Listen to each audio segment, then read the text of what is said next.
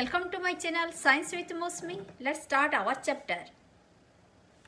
Today we are going to start NCERT textbook of science class 8th chapter 15th part 3rd some natural phenomena. If you like the video then please subscribe my channel, like and share it and press the bell icon so that you can get the latest chapter uploaded by me. So let's start the chapter some natural phenomena part 3rd. In part 1 and 2 we discussed what is this natural phenomena. Natural phenomena क्या है? It occurred by nature. Nature के द्वारा ये होता है and it is beyond the control of human being. But to some extent we can predict what measures we need to take, safety measures to protect ourselves from its destructive effect. Okay, इससे होने वाली जो destructive effect है उससे हम खुद को कैसे बचाएं. तो फिर आइए आगे डिस्कस करते हैं. हम डिस्कस कर रहे थे अर्थक्वेक के बारे में. अभी तक हमने पढ़ा कि अर्थक्वेक के बारे में लोगों का कैसा पहले धारणा रही और अब हमको बहुत सारी बात पता चल गया है. तो ये अर्थक्वेक है क्या? Tremors on the earth can also be caused when volcano erupts. तो फिर ये ट्रेमर्स अर्थ क्रस्ट में ये ट्रेमर्स होता है. ट्रेमर्स मतलब वो हिलना. तो फिर वो कैसे होता है? Caused when volcano erupts. Volcano आपको पता है उसमें से जो लावा निकलता है. तो फिर ऐसे में भी आसपास के एरिया में शेकिंग होता है, ट्रेमर्स होता है और उसको भी बोलते हैं. इसी से अर्थक्वेक हो जाता है. और ए मीटियर हिट्स द अर्थ. जब उल्कापात होता है तो फिर मीटर्स वो तो बहुत वजनदार होते हैं. जब पृथ्वी के ऊपर गिरते हैं तो फिर बहुत बड़ा गड्ढा हो जाता है और ऐसे में वो हिल जाता है. तो फिर इसी से भी अर्थक्वेक आ जाता है. और किससे? और एन अंडरग्राउंड न्यूक्लियर एक्सप्लोजन. तो फिर जब ये माइंस का वर्क चलता है, डिनामाइट से अंदर एक्सप्लोजन होता है, इससे भी आसपास के एरिया में जिससे अर्थक्वेक लगा ही रहता है. तो फिर ये कई सारे कारण है कि जिससे हमको अर्थक्वेक महसूस होता है. However, most earthquakes are caused by the movement of Earth's plates. तो फिर ये तो गई, ये जैसे हमारी पृथ्वी में मनुष्यकृत है. तो फिर ये छोटी छोटी मनुष्य की ये सब जो माइनिंग के एक्सप्लोजन में उसी सब में होता है. तो फिर अर्थक्वेक जो जनरली क्या होता है, अर्थ के जो प्लेट्स हमने पढ़ा ना कि अर्थ के क्रस्ट में बहुत सारे प्लेट्स होते हैं. ये कंटिन्यूस नहीं होते, ये बहुत सारे प्लेट को जोड़ के है. और ये प्लेट सारे जो है ये कंटिन्यूसली मोशन में रहते हैं. तो फिर ये प्लेट मैंने कहा था जैसे एस्केलेटर में बहुत सारे आयरन की प्लेट्स होते हैं और वो चलते रहते हैं. कैसे? बहुत सारे प्लेट्स को जोड़ के वो बनता है एस्केलेटर. तो फिर ऐसे ही अर्थ क्रस्ट बनता है जिसमें प्लेट्स है और ये प्लेट एक दूसरे से टकरा जाए, एक अगर दूसरे के ऊपर चढ़ जाए या फिर एक दूसरे के नीचे आ जाए तो फिर ऐसे में डैश हो जाता है. तो फिर उसी से भी अर्थक्वेक, इसी से ही अर्थक्वेक होता है. Since earthquakes are caused by the movement of plates, the boundaries of the plates are the weak zones where earthquakes are most likely to occur. क्योंकि ये प्लेट की टकराव से होता है तो फिर प्लेट की जो एजेस है, the boundaries of the plates, जो उसका एजेस है वो सबसे weak zones are the weak zones where earthquake are more likely to occur. अगर वो सही तरह नहीं रहा ना, वीक जोन है, तो फिर ऐसे में अर्थक्वेक होने का बहुत चांस है.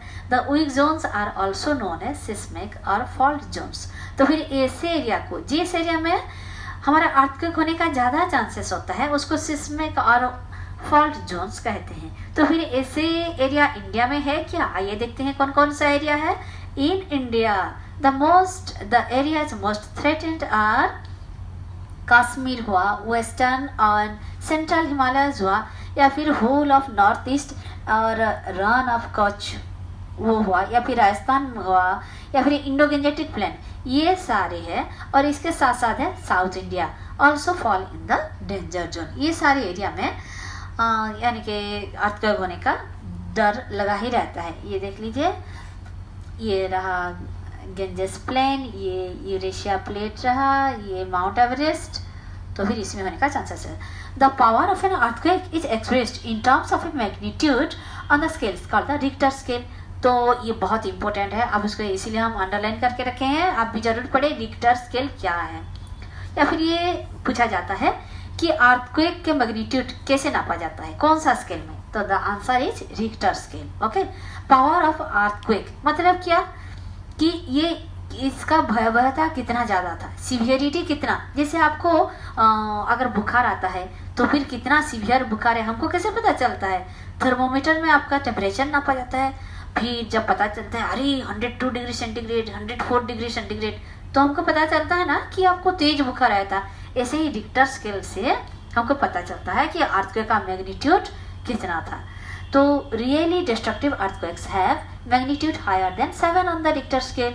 तो फिर जो ज़्यादा भयावह होता है उसमें क्या होता है, अर्थक्वेक का मैग्नीट्यूड 7 से ऊपर रहता है। Both Bhuj and Kashmir earthquakes had magnitude greater than 7.5। अरे वाह, ये तो बहुत ही ज़्यादा है। तो फिर ऐसे ही भूज में और कश्मीर में जो अर्थक्वेक आया था उसका मैग्नीट्यूड 7.5 से भी ज़्यादा था। ठीक है, याद रहा, ये सारे आप भूलेंगे नहीं, जरूर याद रखना है। The tremors produce waves on the surface of the अर्थ। जब ये ट्रेमर होता है तो फिर इससे वेव्स प्रोड्यूस होता है। आप ये वाला फिगर में देख पा रहे हैं कैसे वेव्स, यानी कि पानी में, जैसे आप अगर पॉन्ड में जाओ या फिर वेल में, पॉन्ड में वेल में आप एक पत्थर फेंको तो फिर साइड और एक वेव्स होके पानी जाता है ना, इसको बोलते हैं वेव्स। तो फिर ऐसे ही इसका भी वेव्स होता है। तो फिर ये जो बीच में जहाँ पर इसका सृष्टि है उसको एपिसेंटर बोलते हैं, फोकस बोलते हैं। तो फिर उस फोकस से होके ये जो साइड एरिया में जाता है तो फिर उसको एपिसेंटर बोलते हैं। ऐसे ये अर्थ सरफेस में आ जाता है, देख रहे हैं। तो उसका उत्पत्ति कहाँ से हुआ ये हम पता लगाते हैं। तो the tremors produced waves on the surface of the earth. आपने देखा कैसे वेव प्रोड्यूस हो रहे, these are called seismic waves. तो इसी को कहते हैं seismic waves. The waves are, seismic मतलब ये हो गया अर्थक्वेक का adjective, seismic, seismograph. The waves are recorded by an instrument called the seismograph. ये बहुत बहुत बहुत इंपॉर्टेंट है। आज का आप इसका स्पेलिंग भी अच्छी तरह याद रखिएगा। The waves are recorded by an instrument called seismograph. The instrument is simply a vibrating rod और ए पेंडुलम। इसमें एक आप ये फिगर में देख पा रहे हैं लेफ्ट साइड में, तो फिर ये एक पेंडुलम ऐसे झूलता रहता है और which starts vibrating when tremors occur. जब ट्रेमर्स अकर करता है पेंडुलम झूलता है। अरे पिछली बार भी ऐसे आया था ना, तो फिर हम अभी तो कानपुर में है, दिल्ली में उसका एपिसेंटर था। तो फिर जब हुआ था मुझे लगा कि शायद अर्थक्वेक आ रहा है। मैं कहाँ पर चेक करूँ, मैं जाकर साइड आसपास देखने लगा कोई निकल रहे हैं क्या। फिर मैं गई और हमारे झूमर को देखी तो फिर झूमर हिल रहा था। तो फिर ऐसे ही यानी कि जो भी झूलने वाला चीज़ है, हमारी छत तो परमानेंट होता है, हमारी सीलिंग जो है वो परमानेंट होता है। मैं देखी कि झूमर हिल रहा है, झूमर तो यूं नहीं हिलेगा। फिर मैं कन्फर्म हो गया, अरे ये तो बिल्कुल अर्थक्वेक ही है। और फिर हमारी छठी मंजिल से ऐसे तो हमारी बिल्डिंग 12 का है, छठी मंजिल से मैं नीचे जोर जोर से जाने लगी। और हाँ, लिफ्ट में नहीं जाना है, तभी आपको सीढ़ियों से ही जाना है। तो the instrument is simply a vibrating rod. तो ऐसे ही सिस्मोग्राफ में क्या होता है, the instrument is simply a vibrating rod, और ये रॉड और ए पेंडुलम होता है which starts vibrating when tremors occur. तो फिर ये पेंडुलम हिलने लगता है। A pen is attached to the vibrating system, और इसमें एक पेन लगा हुआ अटैच रहता है। The pen records the seismic waves on a paper which moves under it. और ये आप देख पा रहे हैं नीचे एक राउंड सिलेंडर जैसा एक रोल चल रहा है। तो फिर इसी के ऊपर ये अपना वेव्स दिखाता है on a paper which moves under it. By studying these waves scientist can construct a complete map of the earthquake. और इसी के देख के साइंटिस्ट लोगों को पता चल जाता है कि अर्थक्वेक कितना भयावह था। तो as shown in figure 15.14 they can also estimate its power to cause destruction. तो फिर इसी हिसाब से ये कितना क्षयक्षति करेगा ये हमको पता चल जाता है जब इसका मैग्नीट्यूड पता चल जाता है। Like many other scales in science, decibel is another example. जैसे साइंस में बहुत सारे स्केल्स होते हैं, डेसिबल ऐसे ही है। जो Richter scale is not linear. तो रिक्टर स्केल जो है ये लीनियर नहीं होता है। This means that an earthquake of magnitude 6 does not have 1/2 times the destructive energy of an earthquake of magnitude 4।